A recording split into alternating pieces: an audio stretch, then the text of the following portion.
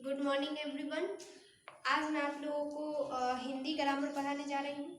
तो हिंदी ग्रामर में आप लोगों का 4 लेसन जिसका नाम था संज्ञा, वहाँ तक कंप्लीट हो चुका था। तो आज हम 5 लेसन में आएंगे जिसका नाम है सर्वनाम। क्या नाम है 5 लेसन का? सर्वनाम। तो पहले हम जानेंगे कि हम सर्वनाम किसे कहते हैं।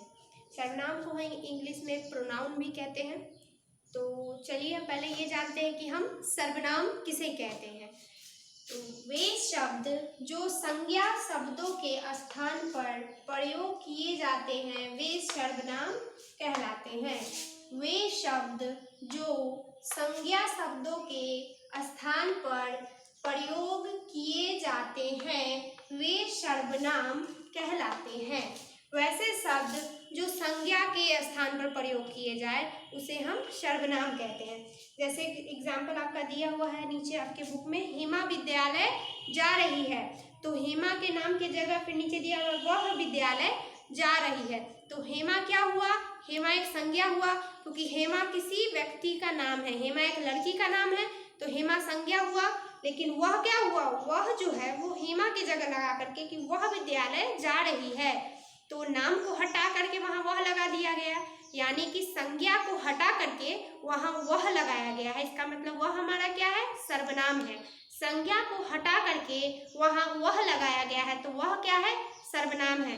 क्योंकि हमारी परिभाषा भी हमें यही कह रही है कि वे शब्द जो संज्ञा शब्दों के स्थान पर संज्ञा शब्दों को हटाकर संज्ञा के जगह पर प्रयोग किए जाते हैं उन्हें हम सर्वनाम कहते हैं। ऊपर लिखे पहले वाक्य में लड़की का नाम हेमा आया है। ऊपर जो लिखा हुआ है वाक्य वही बता रहा है आपके बुक में कि ऊपर नाम लड़की का नाम क्या आया है? हेमा आया है।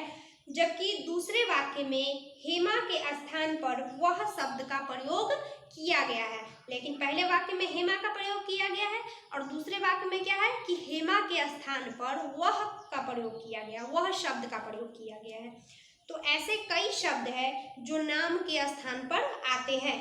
ऐसे कई सारे शब्द हैं जो नाम के स्थान पर आता है, जैसे मैं, वह, हमारा, तुम्हारा, तुम, वे, आप, उसका, आदि। आदि को ये मत समझिएगा कि ये शब्द आदि मतलब और भी बहुत ज़्यादा और भी कुछ हो सकता है। आदि मतलब ये हो गया।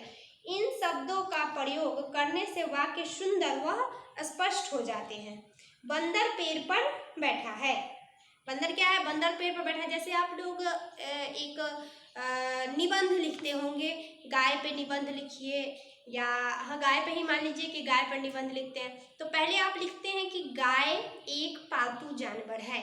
उसके बाद क्या लिखते हैं आप कि उसके 4 पैर होते हैं। एक बार गाय लिखे कि गाय के 4 पैर होते हैं। उसके बाद क्या लिखते हैं? गाय पालतू जानवर है। उसके बाद क्या लिखते हैं? उसके 4 पैर होते हैं, उसके 2 आंखें होती है, उसके 2 कान होते हैं। ये तो नहीं लिखते हैं बार बार कि गाय के 2 आंखें होती है, गाय के 2 कान होते हैं, गाय के 4 पैर होते हैं। ये नहीं लिखते हैं, उसका लिखते हैं, उसके लिखते हैं। तो ये सब क्या हुआ? गाय एक संज्ञा है तो गाय को हटा करके उस जगह से उसका, उसकी, इन सब का यूज करते हैं। तो ये क्या हो गया? उसका लगाइए, उसकी लगाइए। तो ये सब क्या हो गया? ये सब सर्वनाम हो गया। तो इसी तरह देखिए ये लिखा हुआ है बंदर पेड़ पर बैठा है, वह केला खा रहा है। तो बार बार तो हम इस तरीके से नहीं लिख सकते कि बंदर पेड़ पर बैठा है, बंदर केला खा रहा है। तो इस तरह से जो हमारा जो शब्द होगा, जो वाक्य हमारा बनेगा वो कैसा होगा? वो सुंदर नहीं होगा, पढ़ने में भी सही नहीं लगेगा। और इस तरह से लिखने पर क्या होता है? स्पष्ट और सुंदर लगता है। मतलब समझना है कि बंदर के बारे में बात हो रही है तो वह का मतलब ही बंदर ही हुआ, समझने का मतलब है बस। तो इन सर्वनाम शब्द कुछ नीचे दिया हुआ है जिसको हमें देखना है। अपने लिए हम किसका यूज करते हैं? मैं, हम। मैं में किस तरह से यूज करते हैं? मुझे, मेरा। हम क्यों किस तरह से यूज करते हैं? हमें, हमारा। फिर दूसरों के लिए कैसे क्या यूज करते हैं? वह, वे, उसे, उसका, उन्हें, उनका। बड़ों के लिए करते हैं आप, आपने, आपका। छोटे व अपने बराबर वालों के लिए तुम, तुम्हें, तुम्हारा। नज़दीक के लिए यह, ये, और यह का यूज करते हैं इसे, इसका। ये का यूज करते हैं इन्हें, इनका। तो ये सब क्या है? ये सब सर्वनाम है। और किसके लिए किसका यूज किया जाता है? दूर के लिए, नज़दीक के लिए, दूसरों के लिए, अपने के लिए, और अपने से बड़ों के लिए, अपने से छोटों के लिए। तो ये सब क्या कौन सा वर्ड का यूज़ किया जाता है ये आपको दिया, ये सब आपको पढ़ना है। फिर क नंबर में आते हैं, निम्नलिखित प्रश्नों के उत्तर दीजिए। बच्चों, तुम अपने अध्यापक को कैसे संबोधित करते हो? आप या तुम? आप अपने टीचर को किस तरह से संबोधित कीजिएगा? टीचर तो आपसे बड़े ही हैं और बड़ों के लिए यहाँ क्या दिया है कि आपका यूज हम करते हैं, तो तुम या आप। तो यहाँ क्या लिखेंगे हम? आप। क्या लिखेंगे? आप लिखेंगे। फिर सेकंड नंबर क्वेश्चन में आते हैं, संज्ञा के स्थान पर जिन शब्दों का प्रयोग किया जाता है उन्हें क्या कहते हैं? तो संज्ञा के स्थान पर जिन शब्दों का प्रयोग किया जाता है उन्हें सर्वनाम कहते हैं। संज्ञा के स्थान पर जिन शब्दों का प्रयोग किया जाता है उन्हें हम सर्वनाम कहते हैं। फिर 3 नंबर में है, नजदीक के लिए हम किन सर्वनाम शब्दों का प्रयोग करते हैं? तो नजदीक के लिए यह, ये, इसे, इसका, इत्यादि।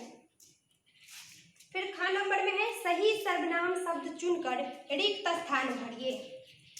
यह किताब, आपके बॉक्स में कुछ ऐसे शब्द दिए हुए सर्वनाम शब्द जो आपको पढ़ना है और सही शब्द भरना है। तो यह किताब मेरी है, यह पुस्तक बहुत रोचक है, कल हम चिड़ियाघर गए थे, भारत हमारा देश है, मैं कल घूमने गया था। तो इस तरह से इसको भी कंप्लीट कर लेना है। फिर ग नंबर में है, नाम के स्थान पर आने वाले सर्वनाम शब्दों को